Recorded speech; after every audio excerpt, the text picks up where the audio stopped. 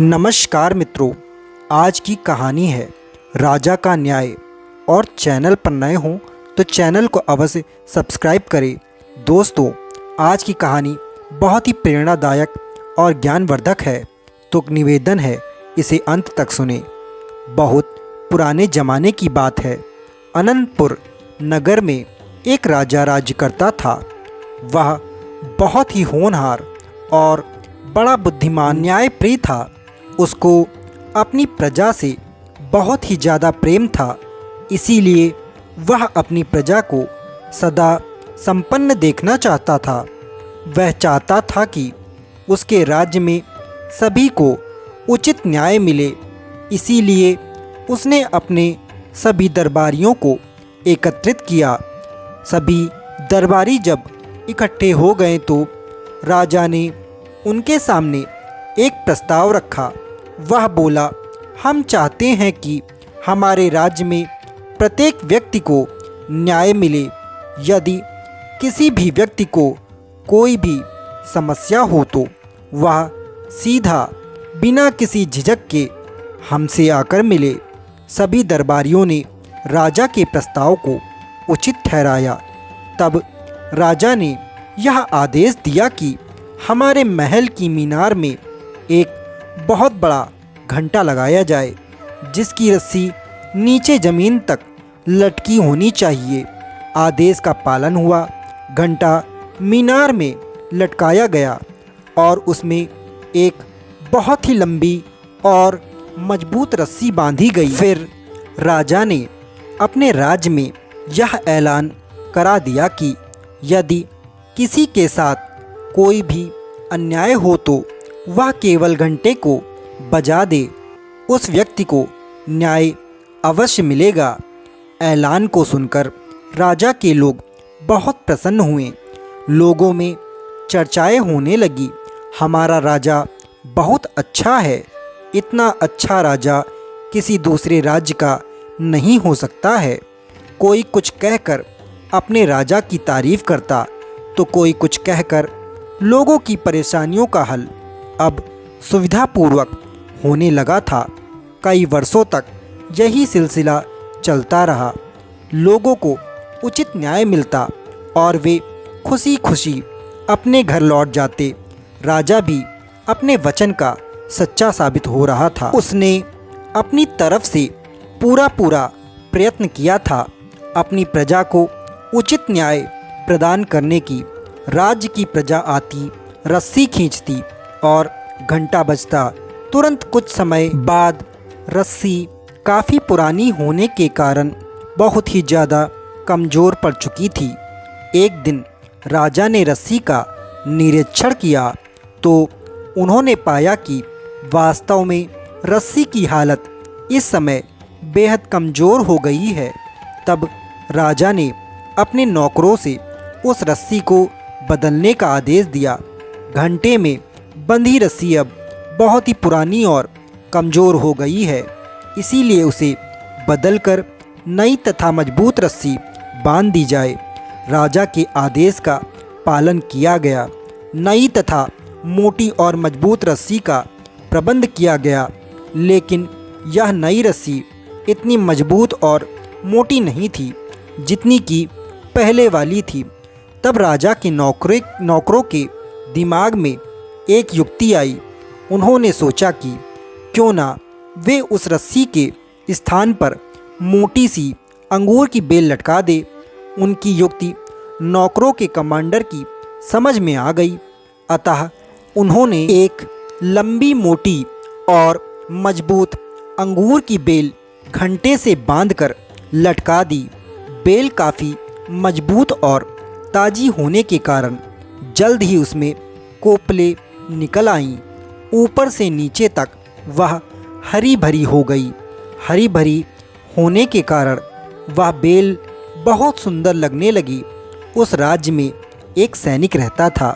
उसके पास अपना एक वृद्ध घोड़ा था। घोड़ी के तिरावा सैनिक भी अब बुढ़ा हो चुका था, परंतु उस सैनिक को अपने वृद्ध घोड़े से बहुत प्यार था, क्योंकि उसने प्रत्येक युद्ध में उसका साथ दिया था, किंतु अब सैनिक से अपने घोड़े की पहले जैसी देखभाल नहीं हो पाती थी। इसीलिए एक दिन उसने अपने घोड़े को आज़ाद कर दिया। घोड़ा इधर उधर भटकने लगा, बीमार भी था, उसकी आंखें भी कमज़ोर हो गई थीं, उसे अपना चारा भी कम ही दिखाई देता था। अब आज़ाद हुआ घोड़ा एक दिन अचानक भटकता हुआ वह राजा की उसी मीनार की ओर निकल गया जिसमें घंटा लटक रहा था और अंगूर की बेल उससे बंधी थी। घोड़े ने हरी भरी अंगूर की बेल की कोपले देखी तो उसका मन ललचाने लगा। उसने अपना मुंह बढ़ाकर कोपले खानी आरंभ कर दी, लेकिन जैसे ही उसने कोपल खाने के लिए उन्हें अपने मुंह में दबाकर खींचा तो उसे बंधा घंटा बज उठा। घंटा बजते ही वहाँ लोग एकत्रित होने लगे, मगर वहाँ उन्हें कोई भी व्यक्ति दिखाई नहीं दिया। वे अब सोचने लगे कि यहाँ तो कोई भी व्यक्ति नहीं है, फिर घंटा किसने बजाया? उन्होंने चारों ओर देखा, लेकिन उन्हें कोई भी व्यक्ति नहीं दिखाई दिया। राजा के सेवक भी वहाँ पहुँचे, मगर वे भी किसी ऐसे व्यक्ति की खोज न कर पाए जिसने घंटा बजाया हो। दरबार में हलचल मच गई। बात अब राजा तक पहुँची, वह भी उसी स्थान पर आ गया। तभी घोड़े ने एक बार फिर कोपले खाने के लिए अपना मुंह आगे बढ़ाया। कोपले अपने मुंह में दबोची और बेल को खींच दिया। घंटा एक बार फिर बजा। इस बार वहाँ मौजूद राजा सहित सभी लोगों ने घोड़े की इस क्रिया को देख लिया था। सभी अचंभित रह गए। तब राजा ने अपने दरबारियों को आदेश दिया कि वे घोड़े को पकड़कर दरबार में हाजिर करें। घोड़े को दरबार में पेश किया गया। तब राजा ने अपने दरबारियों से सलाह मशवरा किया कि इसके साथ क्या न्याय किया जाए, क्योंकि राजा अपने वचनों से प्रतिबद्ध था कि जो कोई भी इस घंटे को छुएगा और बजाएगा उसे न्याय जरूर दिया जाएगा। किसी ने कुछ बताया, किसी ने कुछ कहा। एक दरबारी ने सलाह दी कि महाराज, यह तो घोड़ा है, इसे क्या न्याय चाहिए? परंतु राजा उसकी बात से सहमत नहीं हुआ। उसने आदेश दिया कि घोड़े के मालिक को ढूंढकर दरबार में पेश किया जाए, उसी से इसके बारे में पूछताछ की जाएगी। और फिर राजा के सैनिक राज्य में घोड़े के मालिक को तलाश करने के लिए निकल पड़े। शाम तक वे उसे ढूंढकर दरबार में ले आए। घोड़े का मालिक बुढ़ा सैनिक जब राजा के सामने पेश किया गया तो राजा ने उससे घोड़े के विषय में पूछा, यह घोड़ा तुम्हारा है? जी हुजूर, उसने हाथ जोड़कर कहा।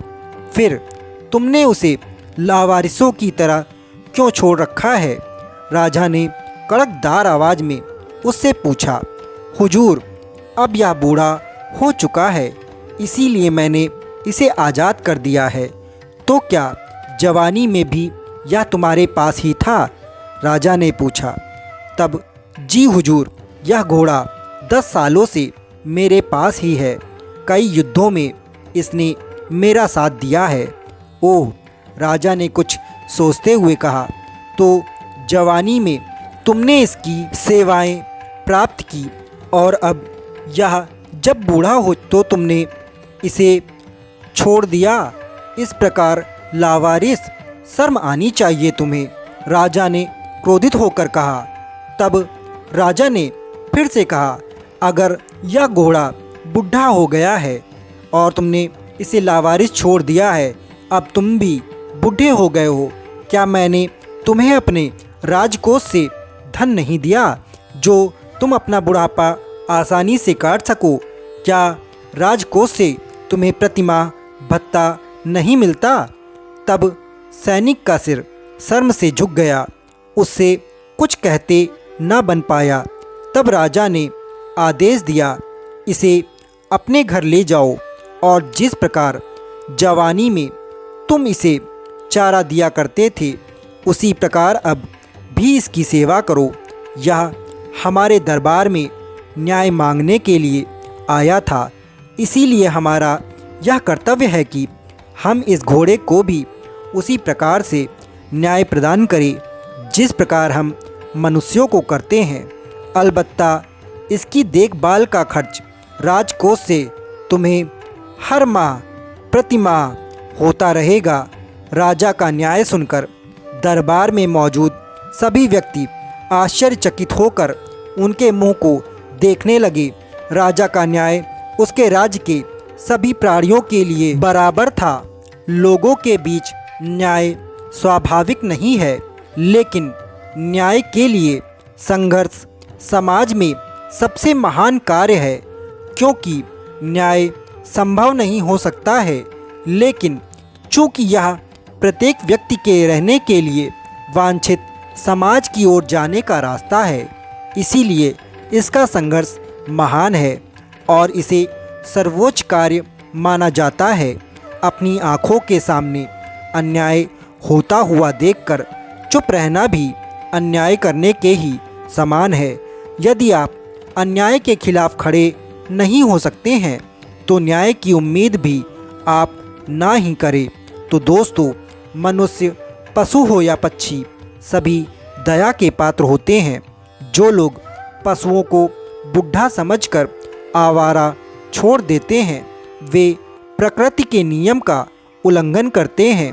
पशु अपने युवा काल में आपका अच्छा साथ निभाता रहा है, उसकी बुढ़ापे में सेवा करना उसके मालिक का धर्म बन जाता है।